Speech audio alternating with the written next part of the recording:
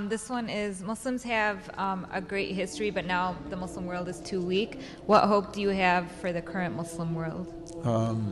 MashaAllah. So the Muslim history is very great, right?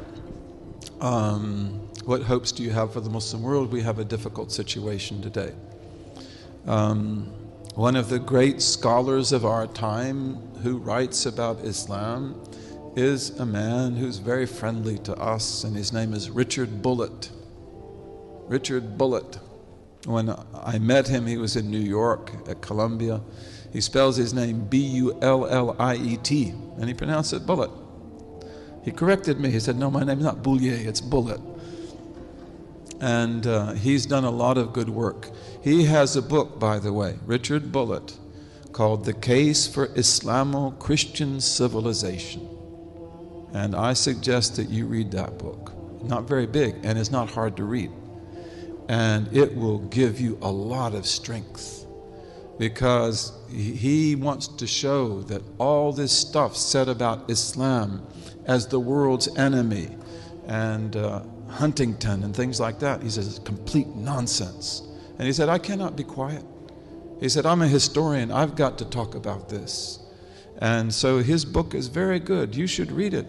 A Case for Islamo-Christian Civilization. Very, very good book. But Bullitt studied also things like conversion. He studied things like conversion. He has the best studies of Muslim conversion. And they are also the most scientific. They're based on careful numerical evidence. And he shows, how did Islam spread? And how did Islam spread in Egypt? How did it spread in Spain and Portugal? How did it spread in Iraq, Syria, other lands? And Bullitt shows that usually it spreads, it takes about 200 years, 250 years for it to become majority. So that you might say it's not that fast, because again, Muslims never made people convert, ever. We don't do that. It's not allowed in our law. Not allowed at all. So for Islam to become the majority population in Syria or in Egypt, that took time. And he studies that really well. It's very valuable. In fact, Spain and Portugal go faster than other places. Spain and Portugal are relatively rapid in the conversion of their majorities to Islam in many places. But one of the important things that Bullitt does is that he says that when you look at Islam, you must never forget the importance of the edge. The edge. He said you have to always watch the edges. What's the edge? Where would be the edge of the Muslim world? You're sitting on it. You are sitting on it. You are the edge. You are the edge. The edge is where, and he doesn't want to use the word periphery, because we say this is peripheral, this is marginal. So he uses the word edge. The edge will be wherever Islam is flowing, so that Muslims who have background in Islam, like most of you that have families that have South Asian or Arab or other background, where people like that who bring with them Islam and Islamic culture are mixing with people like this and people like this and people like some of these brothers over here, that brother, converts. And when these two mix, then you have the edge. And he says the edge is where the most incredible things will happen. Why? I don't remember that he actually goes into that, but because of the fact that this is the place where Islam has to make sense to the convert. It's got to relate to that culture. It's got to receive challenges and have adequate responses.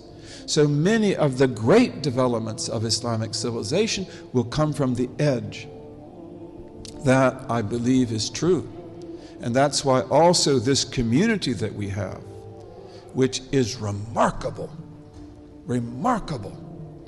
You know, it is the perfect edge. We are in a land which is at the cutting edge of technology and development and world power. It's a really strategic place to be, and the Canadians are too, our brothers and sisters to the north. And not only that, but we are a Muslim community that has incredible talent, incredible capacity. We do have that. We do have that. So it's like when we talked about the challenges and responses that we've talked about today, you can do that. You are capable of that challenge, inshallah. But we have to all work together on this. This means that we have to cohere. This means that we have to get our act together. This means that we have to build institutions, but we can do that bi'idhnillahi ta'ala. And I believe it is our obligation. And then when that happens, it can bring the whole ummah to life. And let's not be foolish and let's not go overboard. You know, let's be humble, right? Let's be humble. But a lot of our shaykhs have said in the past years that if the fragrance of God's remembrance ever comes, ever proceeds from the West, and the scent of it is caught in the East, the sick man will get well. The sick man will get well. Islam is like this. The Muslim world today has been hurt and crushed, you know, but you and I, we don't feel that so much. Some of you may, but I don't, because I grew up here. Okay, and that means that like there are things that we can do, there's work that we can do that other people, maybe you can't expect them to do that right now. They're in a really difficult situation, and it gets worse and worse and more difficult. The Muslim world is also the best real estate in the world.